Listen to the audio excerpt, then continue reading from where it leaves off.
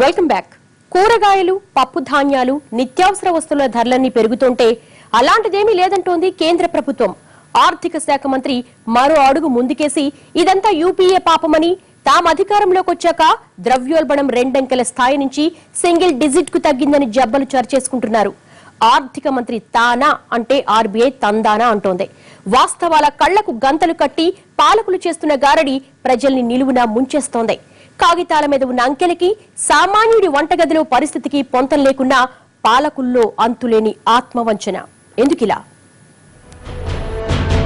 NDA ప్రభుత్వం అధికారంలోకి రావడానికి ముందే నిత్యావసరాల ధరలు చుక్కల్లో ఉన్నాయి. అప్పట్లో ముడి చమురు బ్యారెల్ ధర $170. మోడీ అధికారం చేపట్టిన తర్వాత ముడి చమురు ఊహించని రీతిలో తగ్గి $40లకు చేరింది. దీంతో నిత్యావసర వస్తువుల ధరలు తగ్గాయి.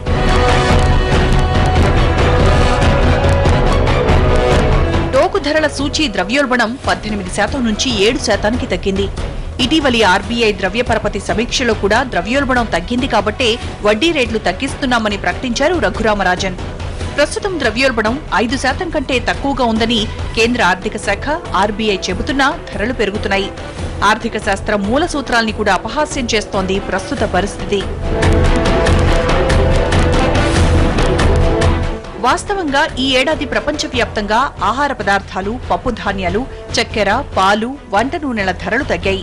మాంసం ధరలు కూడా భారీగా పడిపోయాయి. గతేడాది ఇదే రోజులతో పోలిస్తే 18% తగ్గాయి.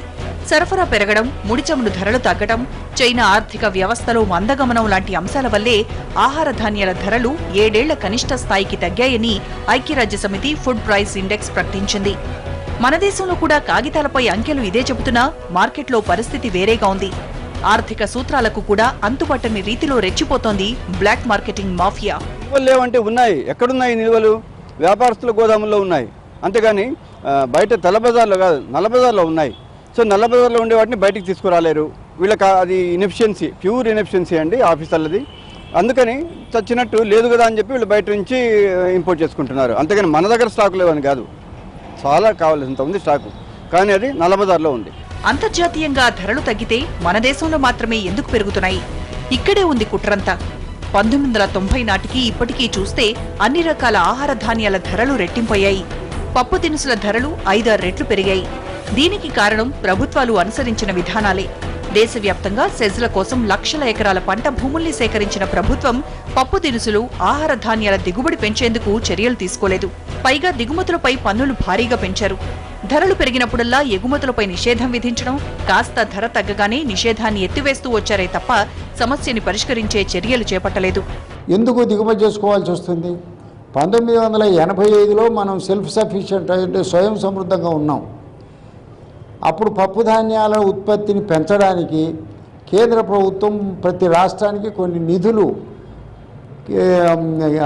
ఆర్కేవై కింద ఇస్తూ వచ్చారు. ఇప్పుడు అలాంటి రీసెర్చ్ కానీ అట్లాంటి పరిశోధనలు కానీ ఏవి లేవు. ఒకటి. రెండవది, మన దగ్గర ఒక 7-8 సంవత్సరాలుగా వ్యవసాయ పరిశోధన, వ్యవసాయ విశ్వవిద్యాలయంలో కానీ బయట కానీ పరిశోధనలు మూసివేశారు. 2005 నుంచి ధరల పెరుగుదల ఒక పథకం ప్రకారం జరుగుతోంది. 2005లో వంట నూనె ఒక్కసారే $25 పెరిగింది. దీంతో ధరల్ని కంట్రోల్ చేసేందుకు మలేషియా నుంచి ఆయిల్ దిగుమతి చేసుకుంది కేంద్ర ప్రభుత్వం. మలేషియా నూనెలు చవకగా రావడంతో ఇక్కడి రైతులు నూనె ధాన్యాల్ని పండించడం మానేశారు. దీంతో దేశంలో కొరత పెరిగింది. రైతుల్ని ప్రోత్సహించేందుకు మలేషియా ఉత్పత్తులపై ఆంక్షలు విధించి నూనె ధాన్యాల మద్దతు ధర పెంచారు. మద్దతు ధర పెరగడంతో వంట నూనెలు అమాంతం పెరిగి 100 దగ్గరకు చేరాయి. మన పాలకుల తెలివితేటలు ఏ స్థాయిలో ఉన్నాయో చెప్పడానికి ఇదొక ఉదాహరణ మాత్రమే. పప్పు దినుసుల విషయంలోనూ ఇలాగే జరుగుతోంది.